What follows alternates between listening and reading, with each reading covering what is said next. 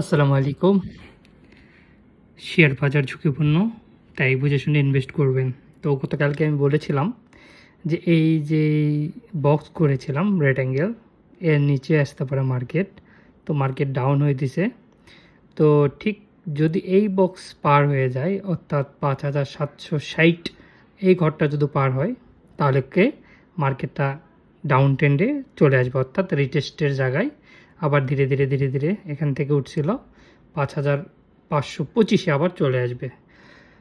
আশা করা যায় মার্কেট এখান থেকেই ঘোরার সম্ভাবনা সবচাইতে বেশি, যেহেতু আজকে 44 পয়েন্ট মাইনাস হয়েছে একদম ক্লোজ টাইমে।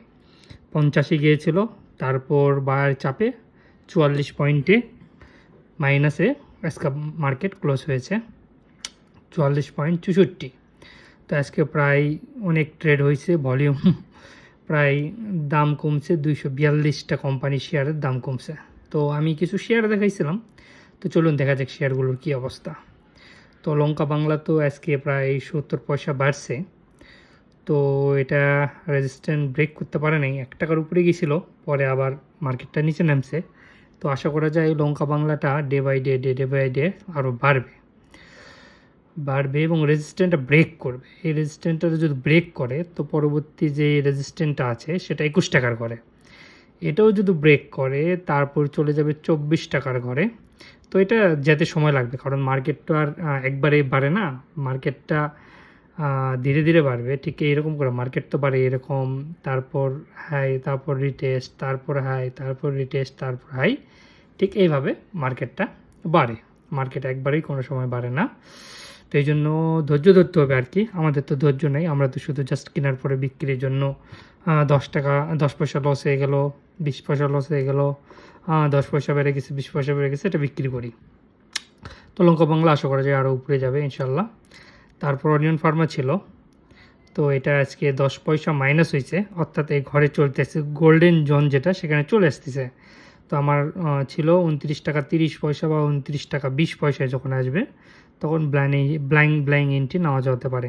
অর্থাৎ অল্প করে কিছু হতে পারে, 100 শেয়ার, 200 শেয়ার, 300 শেয়ার, 500 শেয়ার, যার যেরকম ক্যাপিটাল আছে সেরকমভাবে আমরা কিনতে পারবো এখান থেকে। তারপরে এনসিসি ব্যাংক আজকে 10 পয়সা মাইনাস হয়েছেও, তো ইনশাল্লাহ এটাও উঠবে, আশা করা যায় উঠবে।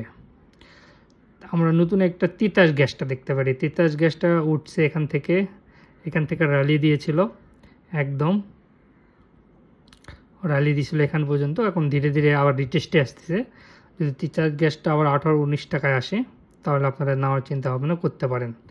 এবং সুমিতপুর যেটা ছিল, সেটাও তো এখন আপাতত, সুমিতপুর যেটা ছিল এটাও হয়তো রিটেস্টে চলে আসতেছে।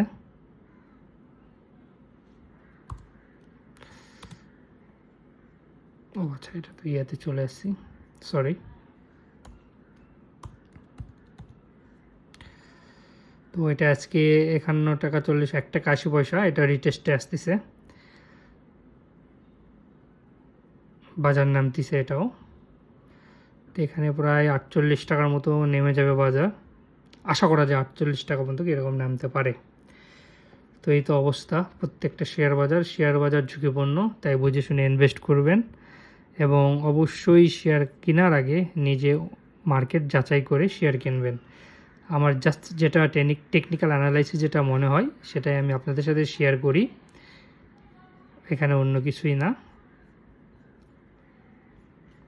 তো আমরা সবসময় নিচে যে শেয়ারগুলো থাকে সেটা আমরা কেনার চেষ্টা করি না, সবসময় চেষ্টা করবেন কম দামে শেয়ার কেনা। যদি আপনি ট্রেডিং করতে চান, অর্থাৎ একদিন কিনবেন, 2-3 দিন পর 10 পয়সা বা 10 পয়সা, 15 পয়সা, 1 টাকা, 2 টাকা, 3 টাকা, বা আপনি 16% হোক, 12% হোক, বা 10% হোক প্রফিট নেবেন, তখন আপনারা এই বি ক্যাটাগরির থেকে আপনারা শেয়ার দেখতে পারেন, যেটার প্রাইস একদম মনে করেন যে নিচে চলে আসছে আর কি। যেমন দেখেন, এটা 29 টাকা আসছিল, তারপর আসছিল 25 টাকা। তো এই সময় যদি কিনতেন, তাহলে দেখেন 25 টাকার থেকে কত পার্সেন্ট এখানে চলে গেছে, প্রায় 23%। 23% প্রফিট এখানেই আপনার হয়ে যেত। তো শেয়ারগুলো আপনারা অবশ্যই যাচাই করে নিতে হবে, বিকাশ পার্টির পাল্লায় পড়বেন না। বিকাশ পার্টি আজকে শেয়ার দিয়ে আপনাকে লাভ করাবে, 2 দিন পরে অবশ্যই সেই লাভটা আপনার কাছে আবার আপনি ক্ষতির মুখেই চলে যাবেন। তো মার্কেট এখান থেকে আরেকটু নামতে পারে, আমার মনে হয় কালকে মার্কেটটা আবার উঠতে পারে, যেটা আমার মানে মনে হয় কি।